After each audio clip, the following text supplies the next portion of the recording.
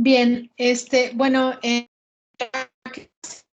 pasada, estamos viendo toda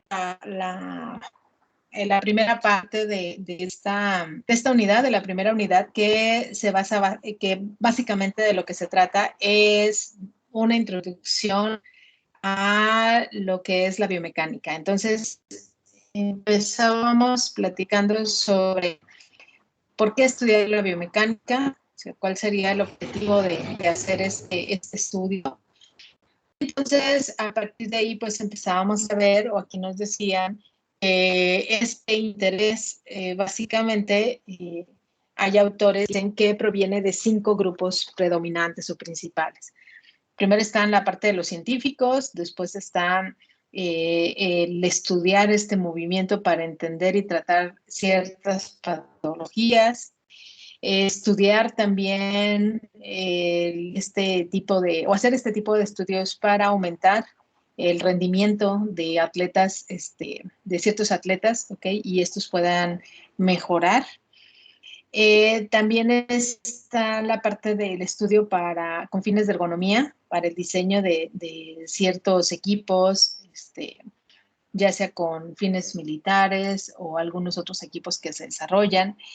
Y también pues está la parte de entretenimiento, ¿no? Donde hemos visto en algunas películas cómo han hecho uso de estos sistemas para poder hacer mucho más realista los efectos, ¿no?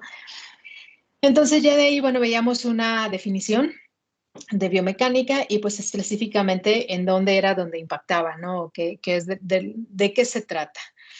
Entonces, luego ya hablábamos también en cuestión de aplicaciones desde el punto de vista médico, pues siempre resaltan de pronto mucho lo que son las prótesis, ¿sí? Desde las más sencillas hasta las más sofisticadas. Y también está la parte de los marcapasos, ya la implantación, etcétera. Entonces, un punto importante también es el desarrollo de modelos matemáticos, ¿no? Que nos van a permitir hacer simulaciones de ciertos elementos que podamos diseñar y ver cómo se comportan estos sistemas, agregando distintas variables o cambiando los entornos o los escenarios. Y entonces eso nos puede dar una idea muy clara de cómo van a funcionar una vez que los desarrollamos de manera física. Y también esto nos acorta el camino en el sentido de que si algo está mal, a lo mejor la resistencia del material no es la adecuada, entonces hay que cambiar otro tipo de material, o a lo mejor no se va a comportar como pensamos o como nosotros lo ideamos. Y esto, si nosotros lo vemos desde una simulación, pues necesitamos todo el proceso de maquinado, ya sea en impresión 3D, que ahorita es muy común hacer impresiones 3D para los primeros prototipos y luego ya mandarlos ya una vez que ya están depurados, pues enviarlos a maquinar con materiales, ¿no? Y entonces esto nos ahorra el camino, el tiempo y obviamente dinero. Antes de pasar a cualquier prototipo físico, pues primero lo analizamos en simulación y para eso, pues es necesario obtener modelos matemáticos.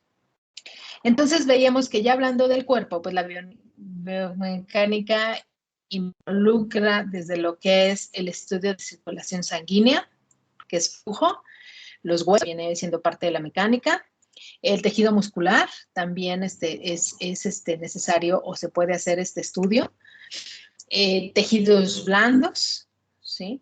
Y como subdisciplinas, pues podemos encontrar lo que es la biomecánica médica, la parte de la fisioterapéutica, la biomecánica deportiva, la ocupacional y como técnicas, algunas de las técnicas que se utilizan precisamente para hacer ese análisis, pues primero tenemos la que está basada en fotogrametría y entonces ahí pues explicábamos que ya es el análisis de los movimientos en 3D basado en video, ¿ok? Entonces ahí podemos encontrar podemos nosotros diseñar uno o hacer uno muy rústico, una cámara, marcadores. Lo más sencillo es hacer a veces estos entornos binarios, sí, es decir, el fondo blanco y poner unos marcadores de manera que podamos tener o generar entornos binarios. Y bueno, hay ya otros sistemas mucho más sofisticados. Estos sistemas muchas veces son sensibles a la iluminación, entonces ahí hay que estar calibrando continuamente, ¿no? Para que en realidad podamos ver todos los marcadores, porque puede ser que si se generan sombras, o si, por ejemplo, aquí en este ambiente hubiera ventanas, pues la iluminación misma, cuando de pronto sale el sol y tenemos el sol bien despejado y la iluminación al 100, y de pronto pasa una nube, varía la iluminación y estos sistemas varían. Y entonces hay que volver a calibrarlos, ¿no? El umbral. Y se vuelven una tarea a veces un poquito compleja. Pero bueno, ya podemos hacer entornos un poco más estructurados, un poco más controlados más bien, y lidiar un poquito mejor con esos detalles. Y bueno, hay otro tipo de tecnologías que ya son con láser, que no necesariamente son tan sensibles a la iluminación. Y de las técnicas también tenemos lo que es el tratamiento de tensión de formación en directo, y esto es pues básicamente para determinar la resistencia de los materiales biológicos. Están las técnicas de biomecánica computacional. Entonces aquí se crean este tipo de modelos y podemos analizar precisamente esos análisis biomecánicos a través de esos modelos. ¿Okay? Y entonces, pues ahí es una ventaja también el desarrollo de este tipo de sistemas. Y bueno, hasta ahí fue donde nos quedamos la clase pasada. No sé si alguien tenga alguna duda o algún comentario.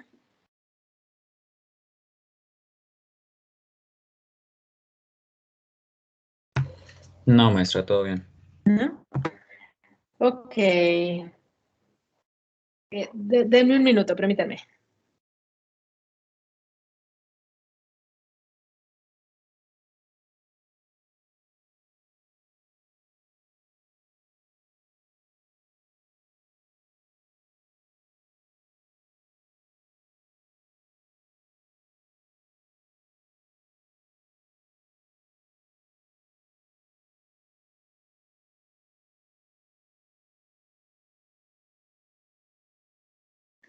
Bien, entonces, continuando, sí, aquí nos dice, el cuerpo humano se considera una estructura con capacidad de movimiento. Sí, vamos a partir de ese enunciado. Y en la cinemática específicamente, que es una parte de la mecánica, hace referencia al movimiento de los segmentos corporales. Entonces, es algo que nos interesa, cómo se mueven los corporales, porque finalmente podemos ver a todo el cuerpo humano como una estructura que está compuesta de varios segmentos y que estos tienen movimiento uno referente a otro. Y entonces ya el movimiento por ejemplo, si vamos a la marcha, el movimiento de varios segmentos generan el movimiento de la marcha. Entonces, como lo que queremos hacer es un análisis biomecánico, pues nos vamos a basar para este estudio en las leyes físicas. Y entonces, con base en estas leyes físicas, nosotros podemos determinar la posición dinámica de documentos. ¿Ok? Entonces, nos vamos a basar en eso. Denme un minutito, perdón, está tocando.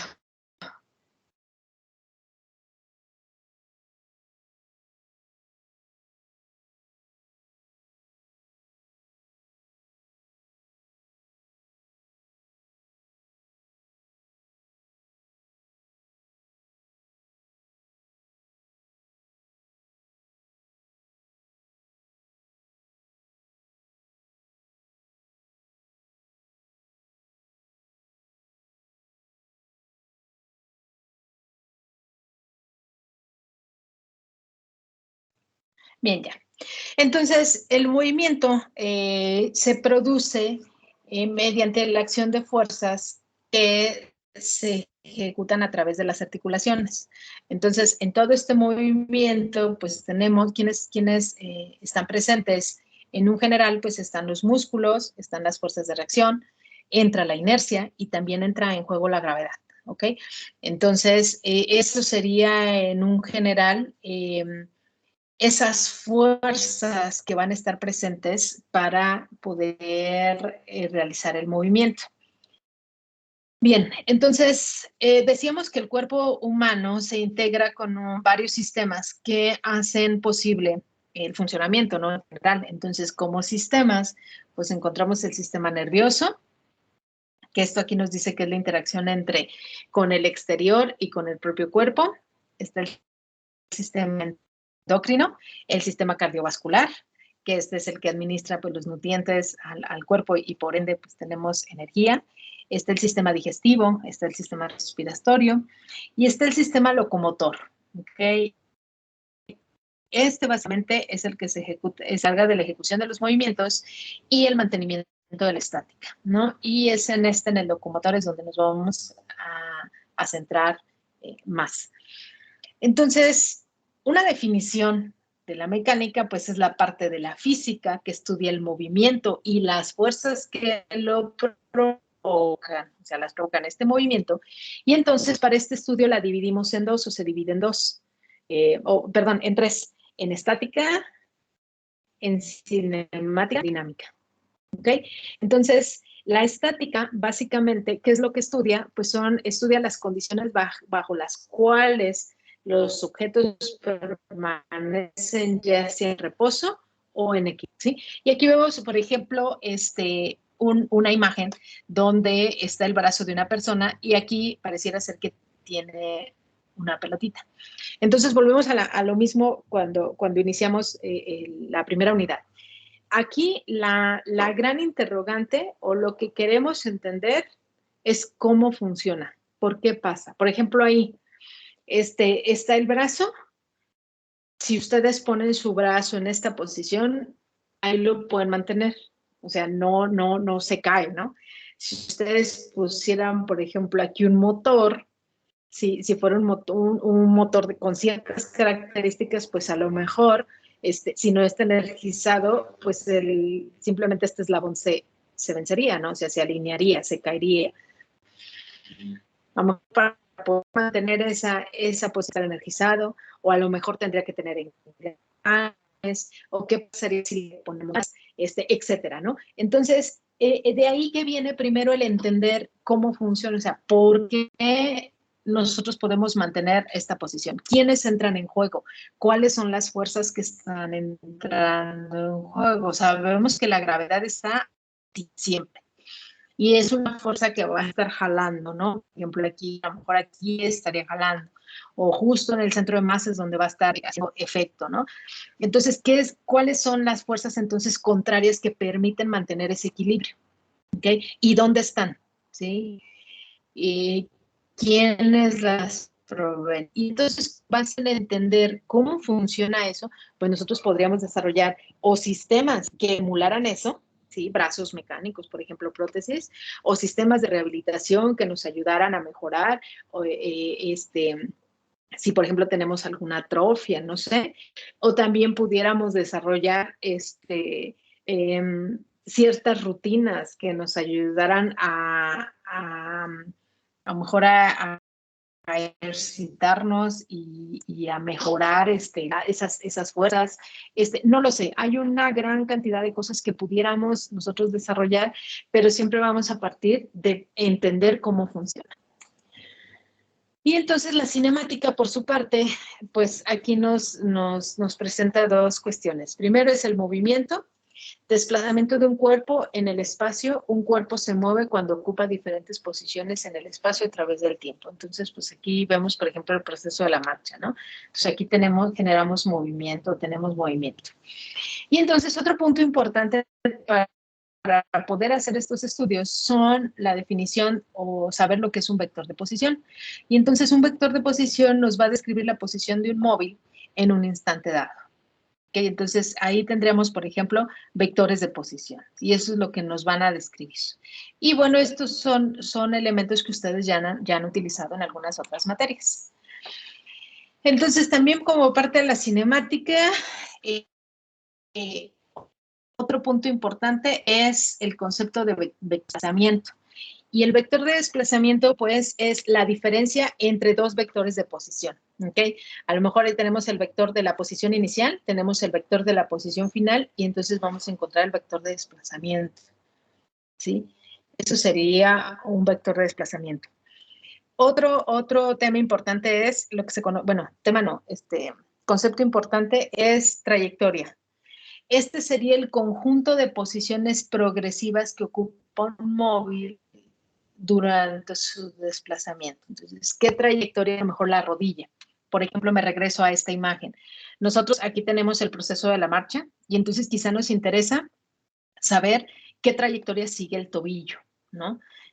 Porque primero, como aquí sería la pierna de apoyo, quizá cómo se balancea el cuerpo, quizá también nos interesa la trayectoria que hace la cadera durante el proceso de la marcha, la rodilla.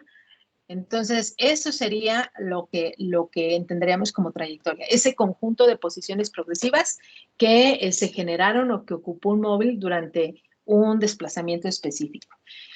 Otro concepto importante es la velocidad, y esto es pues la variación del vector de posición respecto al tiempo.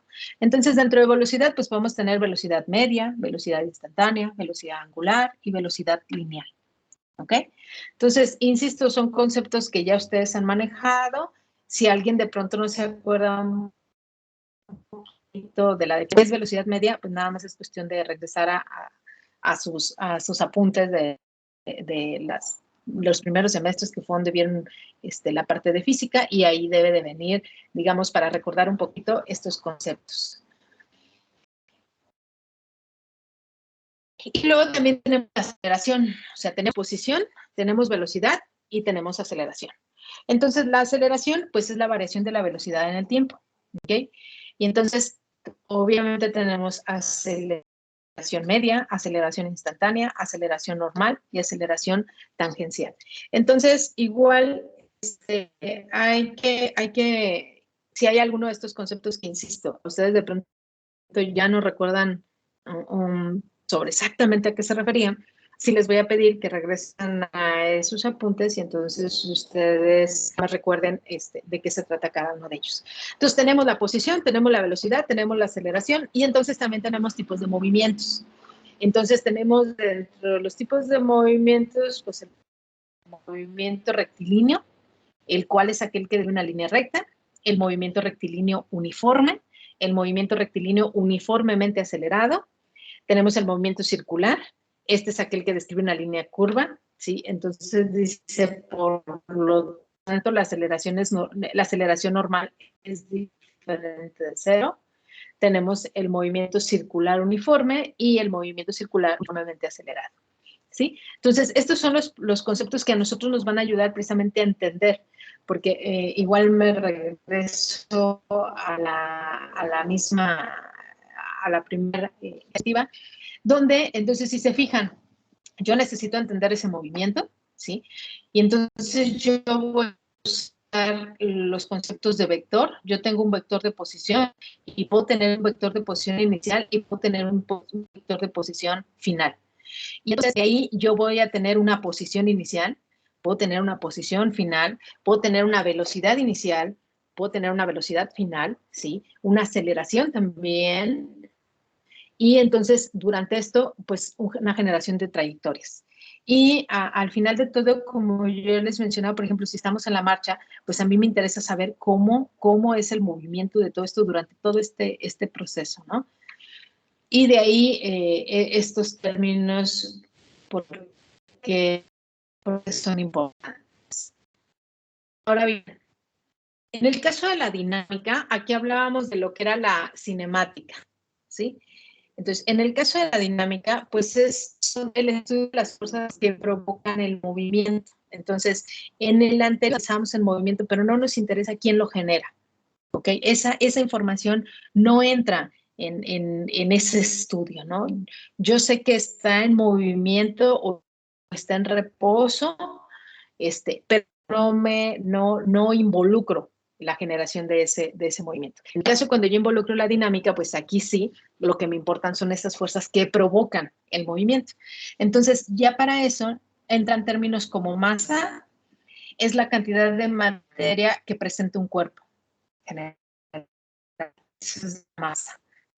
La fuerza es la causa que produce una deformación a un cuerpo.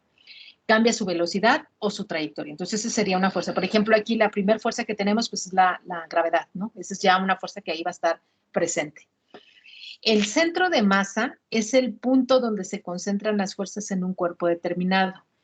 Por ejemplo, si ustedes tienen ahí un lápiz a la mano o un lápiz es como lo más común, o una pluma, esa pluma o ese lápiz tiene una masa, ¿sí? Que es la cantidad de materia que representa toda esa pluma, ese cuerpo.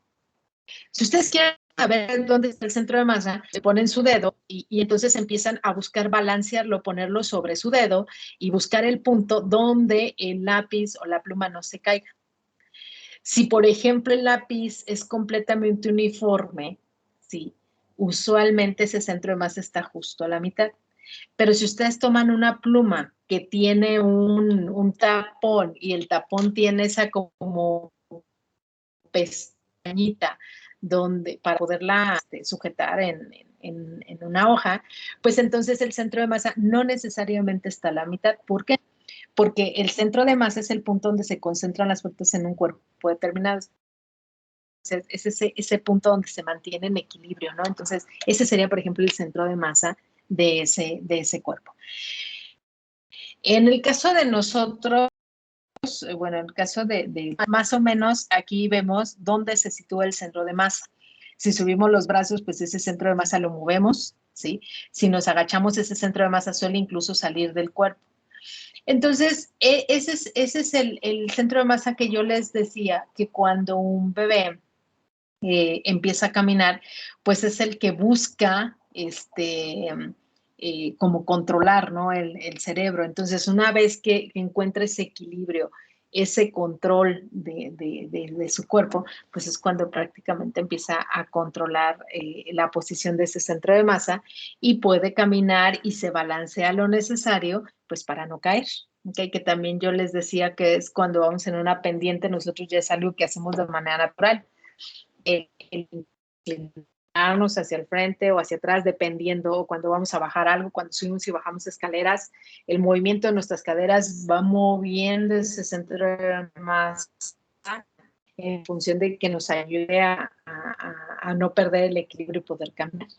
Entonces, esos son 3 puntos importantes en dinámica: la masa, la fuerza y el centro de masa.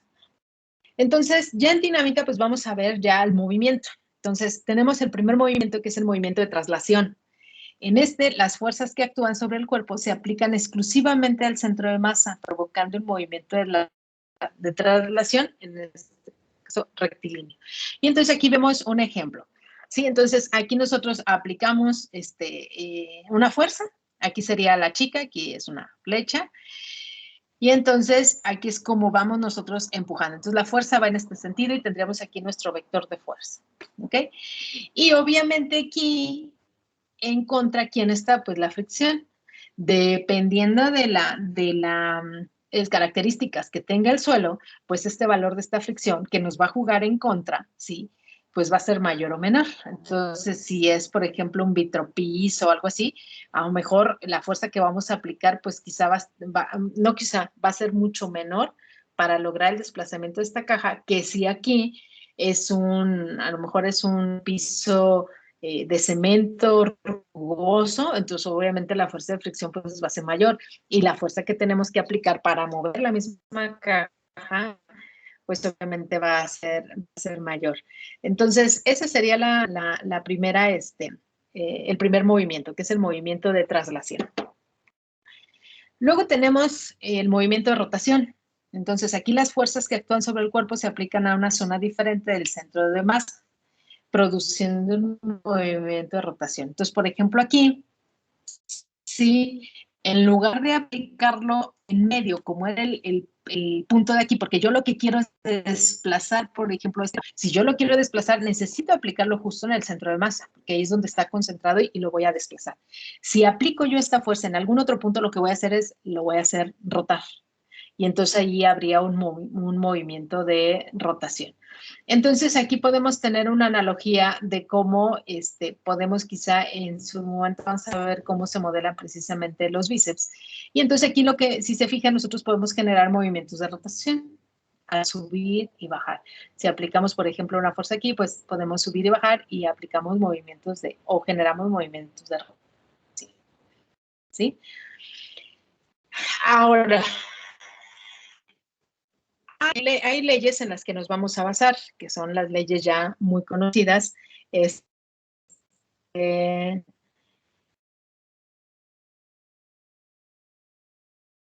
son las leyes?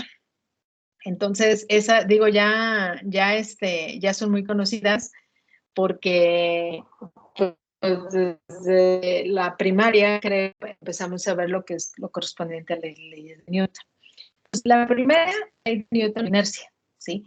Entonces dice, cualquier cuerpo conserva su estado de en reposo o movimiento a menos que lo obliguen a cambiar alguna fuerza aplicada. Entonces, la primera ley de Newton. Entonces, aquí vemos, pues va la persona aquí en movimiento, ¿sí? Y se encuentra un objeto o una fuerza que lo va a obligar a cambiar, ¿no? Igual aquí va en movimiento, encuentra un objeto va a cambiar, lo va a obligar a cambiar precisamente. Permítanme, déjenme conecto porque se me está acabando la batería. Listo. Esa es la primera ley de Newton. La segunda ley de Newton es el principio fundamental de la dinámica. Entonces, la variación del movimiento que experimento es proporcional a la fuerza que actúa sobre este. Y se analiza en la... déjenme mover esta imagen porque ahí... Bueno, no me se comió lo de Newton, pero para que se vea completa. Bien, dice... la variación del movimiento que experimenta un cuerpo es proporcional a la fuerza que actúa sobre este. Y se analiza en la dirección en que actúa la fuerza. Entonces, esa es la segunda ley de Newton. Entonces, fuerza es igual a masa por aceleración. Esa es la segunda ley de Newton. Y aquí pues vemos precisamente dos ejemplos, ¿no? Aquí tenemos una fuerza, aquí tenemos dos fuerzas y aquí está nuestra aceleración. Entonces, la fuerza va a ser igual a la masa por la aceleración. Y la tercera, pues, es el principio de acción y reacción. Si una partícula A ejerce una fuerza sobre la partícula B, la partícula B ejerce una fuerza sobre la A o la partícula A de igual módulo, pero en dirección contraria. Entonces, tercera, acción, reacción. Entonces, aquí está, yo empujo y como yo genero esta fuerza hacia esta dirección, el objeto, la partícula, va a generar una fuerza contraria, una fuerza igual, pero en dirección contraria. Igual aquí, yo aviento un balón, genera una fuerza y entonces el objeto va a generar una fuerza, pero sin módulo, pero en dirección contraria. Entonces tenemos esas tres leyes de Newton que vamos a implementar también o nos van a ayudar a poder entender y modelar precisamente el cuerpo humano. ¿Ok? Esas son leyes importantes. Dentro de esas leyes, pues vienen conceptos también que hay que tener claro en función de que podamos aplicarlos o podamos entender por qué hacemos uso de ciertas herramientas. Entonces, por ejemplo, el término inercia. ¿Qué es inercia? Es la resistencia que presenta un cuerpo a los cambios de velocidad. ¿Ok? Entonces, a veces decimos ciertos conceptos, es que es la inercia, es que es por la inercia que te fuiste. Pero luego nos preguntan, ¿qué es inercia? Pues eso, ¿qué sucede? Entonces, a veces hay que tener claros los conceptos para poder aplicarlos y decir, ok, sucede por esto, ok, es que es por la inercia. Entonces, la inercia es la resistencia que presenta un cuerpo a los cambios de velocidad. Fuerza normal es la fuerza de reacción que ejerce una superficie sobre un cuerpo determinado que se apoya sobre ella. Por ejemplo, aquí tenemos este ejemplo del coyote y entonces aquí tenemos la gravedad y aquí está la fuerza normal. Entonces, la fuerza de reacción que ejerce una superficie sobre un cuerpo determinado que se apoya sobre ella. Él está en el suelo, ¿por qué no se sume? Si su pie, si la gravedad pues está jalando, es una fuerza que está presente aquí. Y entonces, ¿por qué? Porque la superficie pues ejerce una fuerza normal que le ayuda a mantenerse ahí. Está la fuerza de rozamiento. Esta es una fuerza tangencial a la superficie y de sentido contrario del movimiento que aparece al ser desplazado un cuerpo sobre una superficie. Entonces aquí tenemos precisamente una persona, ¿sí? Empujando un cuerpo, y entonces aquí vemos las fuerzas, todas las fuerzas que van a estar presentes, ¿ok? Cuando se desplace. Y eso es importante porque son fuerzas que están presentes. Para eso nos sirven, por ejemplo, los modelos, que era algo que decíamos. Si yo voy a hacer una simulación precisamente de esta actividad, entre mayores incógnitas yo introduzca mi modelo, entre mayores elementos que visualmente no los puedo ver, pero que de forma física ahí están porque es parte de la naturaleza, entre yo los considere, entre mayor número de elementos considere, entonces mis simulaciones son más reales. Entre mis modelos sean a lo mejor más sencillos y yo desprecie cierta información, las simulaciones van a quedar un poquito más alejadas de los entornos reales. Entonces, de ahí la importancia de entender las fuerzas que están ejerciendo, y también eso nos va a ayudar a nosotros a decidir en qué momento despreciamos ciertos fenómenos físicos, ¿no? Por ejemplo, podemos decir, ay, bueno, mira, no voy a incluir a lo mejor la fricción viscosa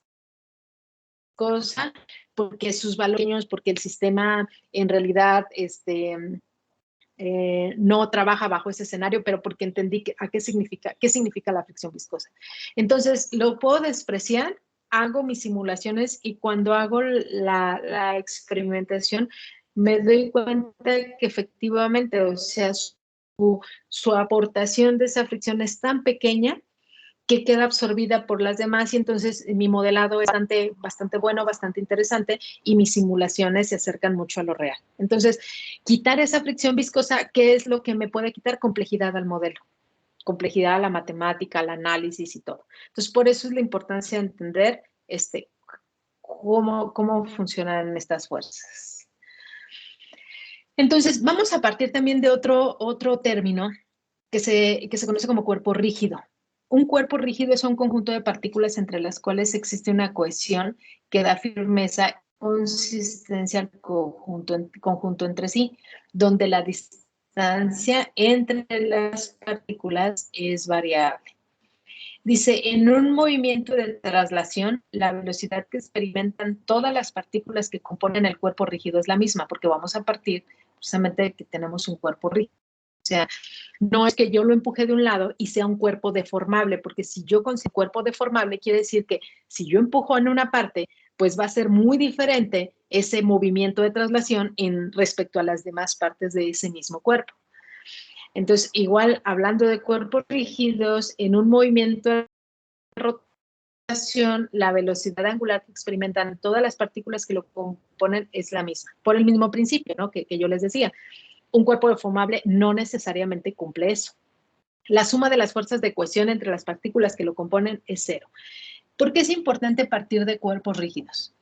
Hay estudios que se basan precisamente en el análisis en el análisis matemático de cuerpos rígidos, y también hay estudios que se centran o se basan en el análisis matemático de cuerpos no rígidos o deformables. ¿Qué es lo que va a variar la complejidad del análisis? Porque no es lo mismo. Aquí, si se fijan, consideran, por ejemplo, aquí, que la velocidad, o sea, tú nada más vas a considerar una velocidad. Si ese movimiento se va a trasladar, tú vas a partir de decir la velocidad es la misma para todo el cuerpo. Sin embargo, si tú consideras un cuerpo deformable, tú ya no puedes tener esta consideración porque la velocidad no va a ser la misma para diferentes partes del cuerpo. Entonces eso ya te complica tu análisis porque ya tienes un entorno diferente, un escenario diferente.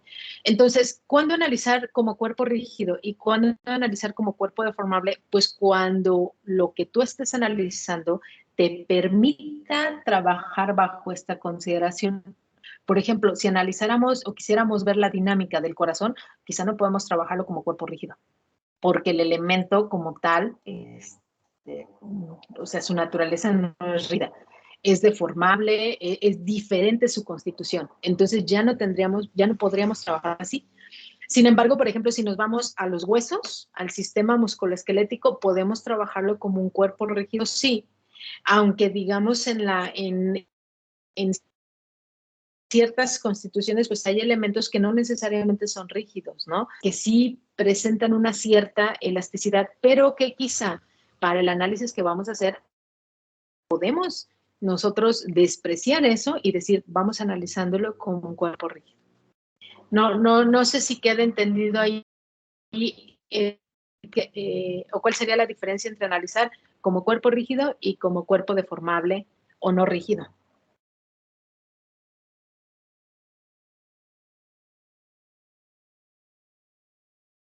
Sí, maestra, todo bien. ¿Sí? Ok, gracias. Entonces, otro punto importante y que entra y que va a entrar en esto es el concepto de mecánica de poleas y cuerdas, ¿sí? Entonces, en el cuerpo humano existen mecanismos con la capacidad de aumentar los esfuerzos producidos por la musculatura, que son los tendones y las rótulas. Y entonces esos mecanismos nosotros los podemos, sigamos su forma de verlos desde el punto de vista mecánico es verlos como poleas y cuerdas. Entonces aquí lo que vamos a empezar es a hacer analogías. Yo tengo tendones y rótulas. Ok, mecánicamente hablando, tengo poleas y cuerdas. Y así los modelo. Uso ese planteamiento mecánico para modelar esas partes del cuerpo. Y luego aquí vemos, por ejemplo, este es un bosquejo de Leonardo da Vinci, precisamente donde estaba él considerando estos principios mecánicos de poleas y cuerdas, ¿no? Entonces, esos son de los bosquejos que él hacía. Entonces, poleas y cuerdas, pues nos van a ayudar precisamente para nosotros modelar nuestros sistemas. Y una parte importante de todo esto se centra precisamente en lo que son los unidades de, ¿ok? Entonces, tenemos el Sistema Internacional de Unidades, nos vamos a basar obviamente en eso, ¿sí? Entonces, aquí en pareciera como árbol, ¿sí? Vemos que las unidades base, pues es la longitud, es básicamente el metro, el kilogramo, que es la masa, el tiempo, que está en segundos, y el Kelvin, que es para temperatura. Aquí un detalle, bueno, ya es un como brevario cultural. Hay quienes de pronto para el segundo ponen seg. A veces es como criticado porque técnicamente se supone que la unidad o la literal que se usa para segundos es no tanto seg. Entonces, bueno, ahí de pronto ahí hay una controversia. Bueno, hay quienes dicen, no, es que no ponga seg, tiene que ser ese, ¿no? Entonces, bueno, eso ya fue más cultural. Entonces, las unidades derivadas de aquí. Bueno, aquí también está lo que es el radian o radianes, que es una unidad elementaria para medir los ángulos. Y entonces, las unidades derivadas de estas, pues está el área, que son metros cuadrados, el volumen, la densidad, la velocidad, la aceleración y el momento fuerza, son newton metros. Y de este lado tenemos que estas son las cantidades exactas en términos de unidades que son derivadas, o sea, tal cual, si se fijan, aquí hay metros, kilogramos, newton metro, y aquí están las unidades derivadas con nombres especiales. Entonces ya aquí está la fuerza en newton, y que se mide precisamente en newtons, es kilogramos, masa sobre segundo al cuadrado. Está la presión, que está en pascalos pascalios. Está la energía y trabajo, que está en joules o joules, la potencia, la temperatura. Entonces, estas unidades a nosotros precisamente para trabajar con nuestros sistemas y son muy importantes. Hay que siempre tener cuidado en qué estamos trabajando. Hay ocasiones en que de pronto las gráficas no salen, no sale nada porque nunca entendimos que estamos haciendo una revoltura de unidades que no se puede hacer.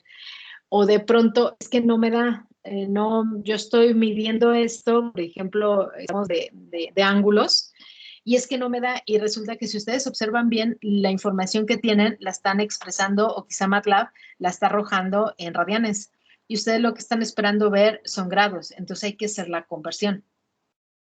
O quizás ciertas funciones requieren de grados y ustedes la están alimentando con radianes, y entonces ahí ya ya no coincide nada. Entonces hay que tener con eso, siempre observar qué unidades estoy trabajando, qué unidades al final de toda mi operación terminan, y desde ahí podemos a veces detectar errores, ¿no? Entonces, por ejemplo, es que es una fuerza, y bueno, ya la fuerza ya sé en qué unidades queda, y de pronto me digo, no me quedan esas unidades, ¿qué pasó? Y entonces ahí nosotros podemos ir detectando cosas que naturalmente a veces tenemos. Y luego están los factores de multiplicación y prefijos. Entonces aquí está pues el giga, el mega, el kilo, el hecto, el deca, el deci, el centi, mile, micro y nano, ¿no? Bueno, hasta ahí llega esta tabla. Y también eso es importante porque luego de pronto nos dicen, es que es de 2K. Entonces son 2 kilos, y nosotros al hacer ahí las operaciones nunca consideramos esa K, y pues ya no sale nada porque en realidad pues nada más pusimos un 2 y no estamos considerando esos prefijos o esos factores de multiplicación. Entonces hay que tener cuidado con eso también en el momento que nos dan a nosotros que los enunciados nos dan cierta información, o que los aparatos nos dan cierta información. Entonces, hay que tener cuidado con eso para no cometer errores en los cálculos. Y también regresar y retomar un poquito cómo entre ellos, ¿no? Porque de pronto, bueno, multiplico o nos dicen, es que es un, entonces un mili sería 0. Retomen eso, o es 10, si usamos calculadoras científicas, y de pronto un mili es por 10 a la cuánto. Entonces ahí hay que nada más como retomar, si ya hace tiempo que no lo trabajan, pues retomar un poquito de cómo se trabaja eso para que lo tengan presente. Y dentro de las unidades de medición, pues aquí tenemos longitud y tenemos el centímetro, y aquí está su correspondiente en metros, tenemos pulgada, pie y astro. De tiempo, pues minuto, hora, día. Masa, libra, lingote, fuerza, kilogramo, fuerza, libra, fuerza, y el DINA. Presión, bueno, aquí disociación, aquí ya vemos lo que nos sirve para medir, el momento o torque, el trabajo y energía, la potencia, el ángulo plano y la temperatura. Entonces, nada más es para tener también esta información en las unidades y poder hacer en su momento conversiones entre ellas, o qué es lo más, ¿cómo les diré? ¿Qué es lo más adecuado para ciertas cuestiones que ustedes están trabajando, cómo lo vamos a trabajar? ¿Okay? Bien, entonces, ya que vimos todo lo que son los conceptos de la mecánica que nos van a ayudar, cómo ciertas partes de la mecánica podemos nosotros hacer analogías, qué buenos físicos pueden estar presentes y pueden ser de ayuda, el Sistema Internacional de Unidades, recordar un poquito cómo funciona o cuáles son cómo se compone. Entonces, dentro de ya los fundamentos matemáticos que a nosotros nos van a servir, o parte de estos fundamentos, pues es la trigonometría. Entonces, con la trigonometría, nosotros vamos a apoyarnos para empezar a localizar estos puntos de interés y entonces sacar la información que queremos. Entonces, lo primero, dice aquí, son las razones. Entonces, está aquí, por ejemplo, seno de alfa, este es el ángulo de alfa, y entonces la función seno, entonces acuérdense, es cateto opuesto entre hipotenusa, ¿no? Y aquí lo tenemos, el coseno, la tangente. Entonces, nosotros recordar un poquito, si yo tengo este ángulo y yo quiero saberlo, dependiendo de la información que yo tenga, pues es si yo uso la función seno, coseno o tangente, por ejemplo, ¿cuál me va a ayudar? ¿Sí? Para sacar precisamente ese ángulo. Están las razones inversas y entonces igual, aquí tenemos, por ejemplo, recordar un poquito toda esta parte de trigonometría. Si está esta línea y tengo otra línea paralela, pues entonces este ángulo y este ángulo son exactamente el mismo ángulo, ¿sí? Y entonces, a partir de ahí y la información que yo tenga, pues si quiero conocer los ángulos, ¿qué me sirve? O sea, ¿qué tengo? Entonces yo uso la cosecante, la secante, la cotangente, etcétera, ¿no? Entonces ahí hay que recordar un poquito todas estas razones trigonométricas. Como lo veíamos viendo, está mucho lo que vamos a usar o vamos a trabajar es a partir de vectores, ¿ok? Y entonces aquí entra en juego el análisis vectorial, que es lo que ya ustedes vieron también en semestres previos. Entonces, dentro de los vectores, pues, ¿qué es un vector? Bueno, o cómo está compuesto, pues recuerden que un vector tiene un sentido, una dirección, tiene un módulo, ¿ok? Entonces, el vector, pues, tiene toda esta información y, a su vez, pues, el vector tiene componentes. Entonces, si yo tengo este vector en este plano, en el plano XY, pues, el vector tiene una componente hacia el eje X, y tiene una componente hacia el eje Y. ¿Y cómo sé cuáles son esas componentes? ¿Cómo las entiendo? Pues imagínense que ustedes aquí ponen una lámpara. Esto es una barra. Y yo pongo una lámpara justo en este punto, pues entonces es dar una sombra hacia esta pared. Entonces, esa sombra es la componente de este vector sobre la pared Y. Si yo quiero saber su componente sobre la pared o el suelo X, pues entonces pongo una lámpara en este punto y entonces la sombra que se haga sobre el suelo X, pues va a ser mi componente en X. Eso sí trabajo en un plano. Ahora, si trabajo en un espacio tridimensional, que puede ser, imagínense, su habitación, una de las esquinas es mi punto de aplicación, yo tengo este vector, ¿sí? Y entonces igual, si por ejemplo yo quiero saber cuál es la proyección de este vector en el suelo, o en el, sí, ¿cómo se llama? En el aquí, pues si se fijan, este vector puede generar una sombra que estaría aquí. No sé si la alcancen a ver, una sombra que se formaría aquí. Le voy a rayar un poquito ahí.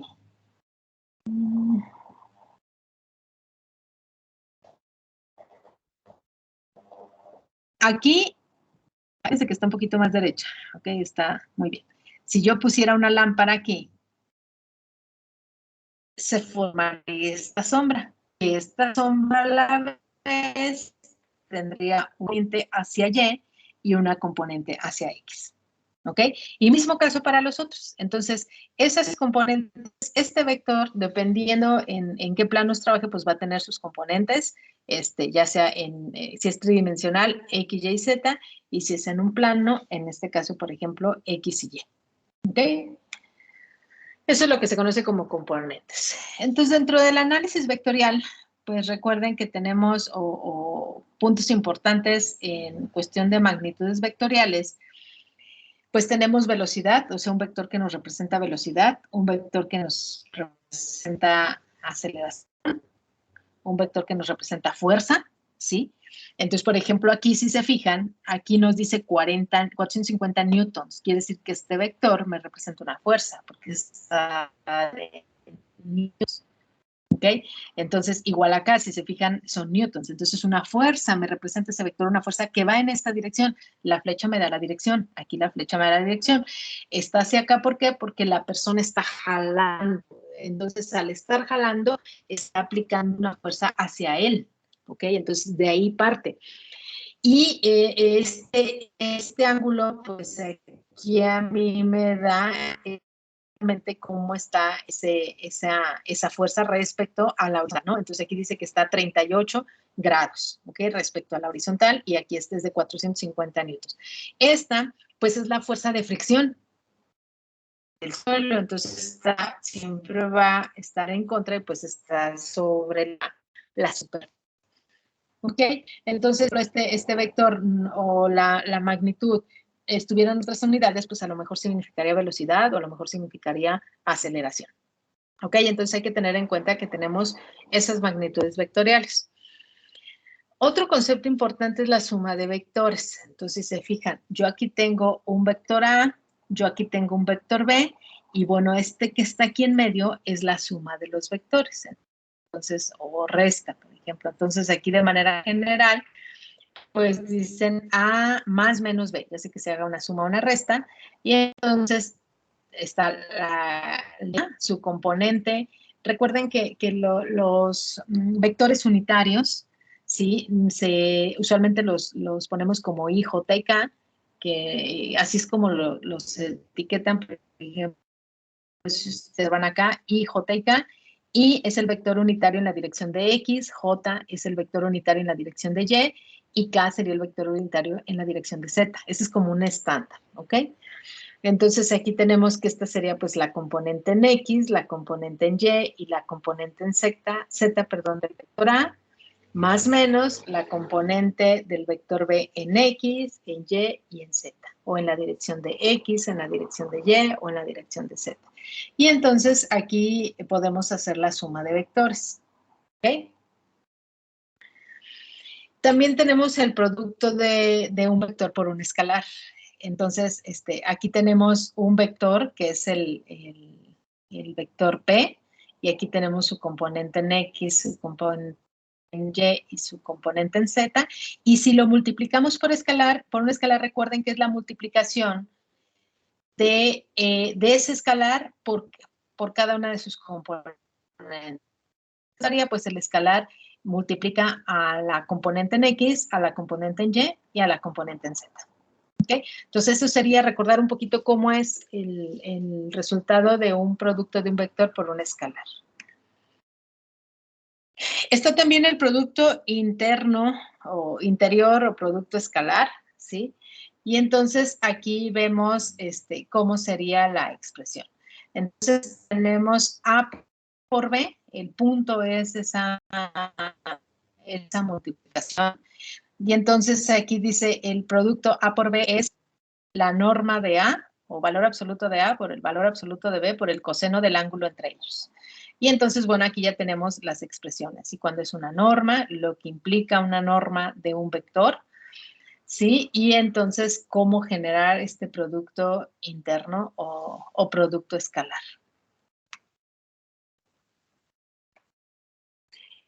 Y también está el producto vectorial o producto cruz. En este sentido, el producto cruz, pues aquí vemos cómo se genera, y si recuerdan un poquito, el resultado del producto vectorial o producto cruz es un vector que es perpendicular al plano que forman los dos vectores que se están multiplicando. Entonces, este es mi vector A, este es mi vector B, y mi resultado de un producto vectorial o producto cruz entre ellos, pues es un vector que es perpendicular a ese plano. Entonces aquí está cómo sería la expresión y entonces cómo empezamos a multiplicar cada uno de ellos. Si se fijan aquí, bueno, si se acuerdan de este producto, es el producto cruz. Vamos primero por esta Naksteini, y entonces lo que nos queda es esta parte de aquí, que es el que es única dirección. Y luego si es J, lo que hacemos es, por ejemplo, tapar, digamos, esta de aquí, y entonces lo que nos queda son esta y esta, que sería la que va a quedar aquí. Y si vamos por K, en esta dirección, pues entonces esto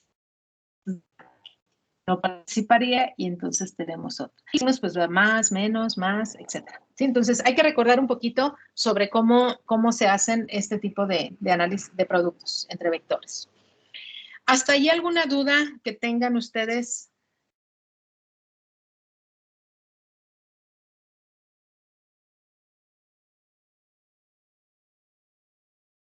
¿Comentario? ¿Pregunta?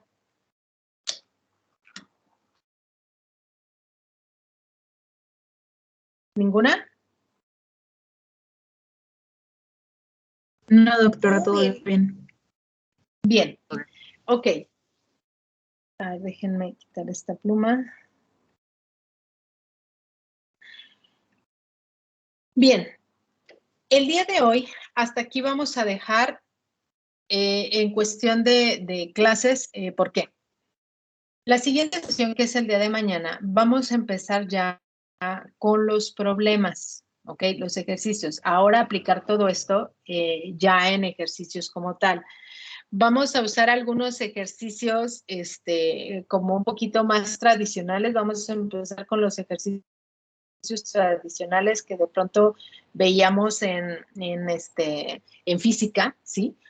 Y vamos a ver un ejemplo de esos ejercicios tradicionales y luego nos vamos a trasladar ya cuando estamos involucrando al cuerpo humano, ¿okay? Un poquito para ver cómo los vamos a tratar.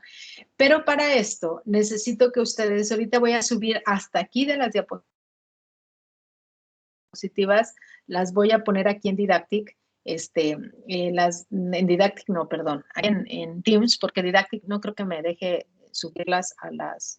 Si me permite subirla por el tamaño del archivo, la subo a Didactic y ahorita les dejo aquí en general si están en Didactic. Si no, van a estar aquí en general, en en el grupo que tenemos, está archivos, está una carpeta ahí que ahorita les digo cómo dice porque no la abre, pero creo que es material de clase, algo así, es como usualmente, materiales de clase. Dentro de materiales de clase voy a generar las carpetas unidad 1, unidad 2, etcétera, y ahí voy a meter la información. Entonces, ¿qué es lo que ustedes tienen que hacer? Ahorita lo voy a hacer y ahorita ustedes, en lo que resta del tiempo, es recordar esos términos. Una, lo que es análisis vectorial, regresar a ver ejemplos, recordar cómo se aplica el análisis vectorial en los ejemplos. Puede ser que hayan ustedes unos ya resueltos y nada más. Y sí les pido que a ustedes hagan la matemática para que se acuerden, porque a veces vemos y decimos, sí, ya sé cómo. Y a la hora que nos dan un problema ya no sabemos qué hacer. Lo que es el producto vectorial o producto cruz, el producto escalar, producto punto, lo que es la multiplicación de un vector por un escalar, lo que es la suma de vectores, ¿sí? Recordar precisamente lo que son las componentes de un vector, ver ejemplos, la trigonometría, ¿sí? Lo que es las razones que vimos de seno, coseno, tangente, cotangente, secante, cosecante. Ver un poquito, recordar lo que son las unidades de medición y los factores de multiplicación y prefijos, nada más recordar cómo se trabajan. Y ya de ahí sería lo que platicamos sobre leyes de Newton, nada más si quedó alguna duda, y lo que son la parte de la aceleración, velocidad, aceleración, qué significa velocidad media, instantánea, angular, igual a la aceleración, y los movimientos, el rectilíneo uniforme, uniformemente acelerado. Esas partes son las que me interesan que tengan como muy presentes. Lo otro le pueden dar otra vez una leída para que cualquier duda me la preguntan en la clase del día de mañana. Y el día de mañana nos vemos para entonces empezar con los, ¿cómo se llama? Ejemplos que vamos a empezar a realizar. Y del día de mañana van a derivarse algunas ejercicios ya para que ustedes los hagan en casa y entonces surjan las dudas. Igual insisto, los que hagamos el día de mañana, sí es importante, los hacemos, ustedes vayan teniendo sus apuntes, hojas, cuaderno, lo que quieran usar, pero vayan teniéndolos ahí a la mano. Otra cosa que les voy a pedir, si ustedes lo requieren, pueden ir haciendo formularios, ¿ok? De tal manera que no anden echándose un clavado a la hora del examen, cómo es esta fórmula. No me interesa que se aprendan las fórmulas, me interesa que las sepan usar. De lo que ustedes consideren que necesitan formulario, pueden ir haciendo un formulario para que lo tengan a la mano y no anden buscando y no pierdan tiempo. Incluso desde ahorita, si quieren empezar a hacerlo con las funciones trigonométricas, lo pueden hacer, con el producto cruz, el producto punto, lo pueden hacer, no hay ningún problema.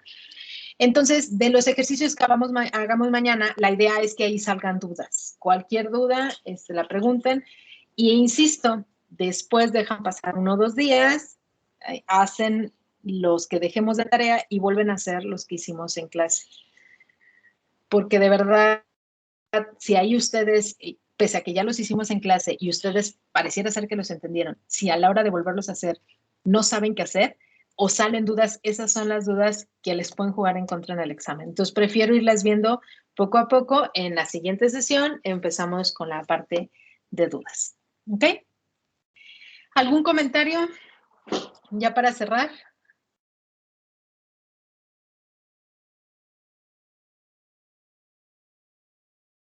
¿Ninguno?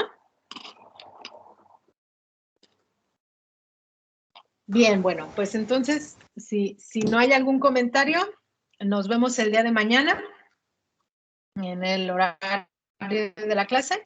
Igual, ahorita empiezo a subir la presentación, ahorita les digo en qué parte está, para que ustedes la descarguen y vayan recordando esas partes para mañana.